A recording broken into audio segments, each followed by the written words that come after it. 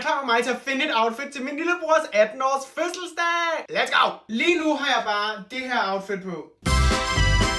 Og det skal vi ikke have. Vi skal ændre det her. Vi vil gerne se yummy ud. Vi skal ud og spise 2 gange i dag. Jeg har næsten lige købt denne her langearmede. Så enten vil jeg have den på, og så style det sammen med noget andet. Jeg har også denne her langearmede, der også er ret nice faktisk. Ej, det er svært. Okay, jeg tror, jeg har fundet et outfit, men jeg er ikke sikker. Fordi kender I det der med, at man har det oppe i hovedet, men når man så har det på, så er man sådan der, hvad tænkte jeg på? Først, så skal jeg have de her helt almindelige jeans på. Ja tak. De her jeans er en smule for store til mig, så jeg skal bare lige have et bælte i. Og så tænker jeg faktisk, at vi tager den her gule, brune langærmet på udover. Men først skal vi lige have den her af. Ej! Ej, ej, ej, ej! Min lampe faldt ned. Nej, nej, nej! Der er kommet et hul i min lampe. Jeg gider ikke mere, jeg går hjem. Okay, vi må lige passe på, når vi tager den her på.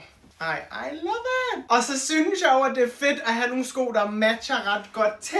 Do you see the vision? Så det prøver vi altså lige. Okay, det er måske lidt basic, men jeg tænker faktisk at putte den her Van Dutch kasket på, som også har noget gul på. Det matcher lidt mere, og så synes jeg altid, det er lidt sejt med sådan nogle fake briller.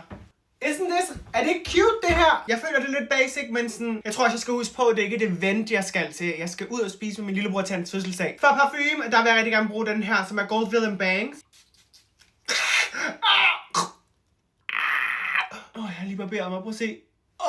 Okay, det her er mit outfit til min lillebrors 18-års fødselsdag. Skriv lige ned i kommentaren, hvad synes I? Er det flot? Er det not? Please være med at skrive det not, fordi at højst sandsynligt, når I ser den her video, der er jeg allerede på vej ind for at spise. Der vil græde rigtig meget, hvis jeg læser kommentaren igennem, og I skrev, føj.